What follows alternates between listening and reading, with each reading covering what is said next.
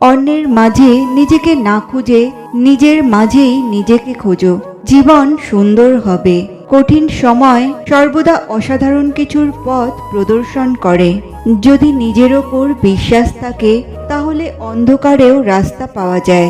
ব্যর্থতা হলো বুদ্ধিমত্তার সাথে আরও একবার শুরু করার সুযোগ। জীবনে সফল হওয়ার জন্য স্বাধীন হওয়া ভীষণ জরুরি। সেই লোকের মতো হও যাকে দেখলে লোকজন বলে দুনিয়াতে এখনো ভালো মানুষ আছে।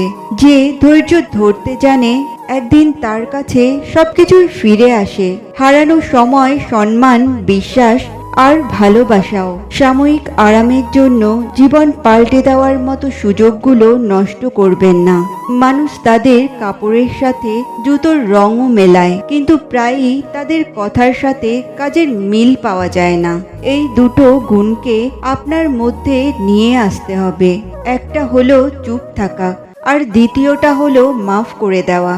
কারণ চুপ থাকার থেকে বড় কোনো জবাব হয় না, আর মাফ করে দেওয়ার থেকে ভালো কোনো শাস্তি হয় না।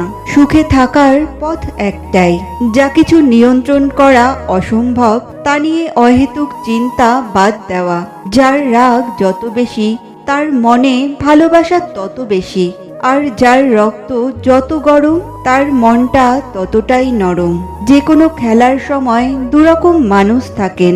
এক, যারা খেলায় অংশগ্রহণ করেন, আর দুই, যারা দেখতে আসেন, অর্থাৎ দর্শক। যারা দর্শক তারা নিজের পক্ষের বিজয়ের ফলে আনন্দিত হন, আর পরাজয়ের ফলে দুঃখিত হন। পরামর্শও দিয়ে থাকেন। তবে বিজয়ী কে হন? বিজয়ী একমাত্র তিনিই হন যিনি অংশগ্রহণ করেন। এখন নির্বাচন আপনাকে করতে হবে।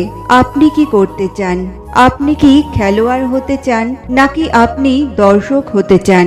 যদি আপনি বিজয়ের আনন্দ লাভ করতে চান, সেই রোমাঞ্চ অনুভব করতে চান, তাহলে আপনাকে মাঠে নেমে খেলতেই হবে। বিপক্ষের আহ্বানকে স্বীকার করতে হবে।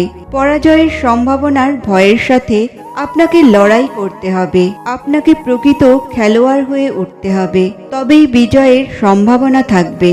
আসলে দর্শক হয়ে পরামর্শ দেওয়া অনেক সহজ, কিন্তু ময়দানে নেমে অংশগ্রহণ করা অত্যন্ত কঠিন। আর এই সহজ কাজ আপনাকে বিজয়ের পথে কখনোই নিয়ে যাবে না।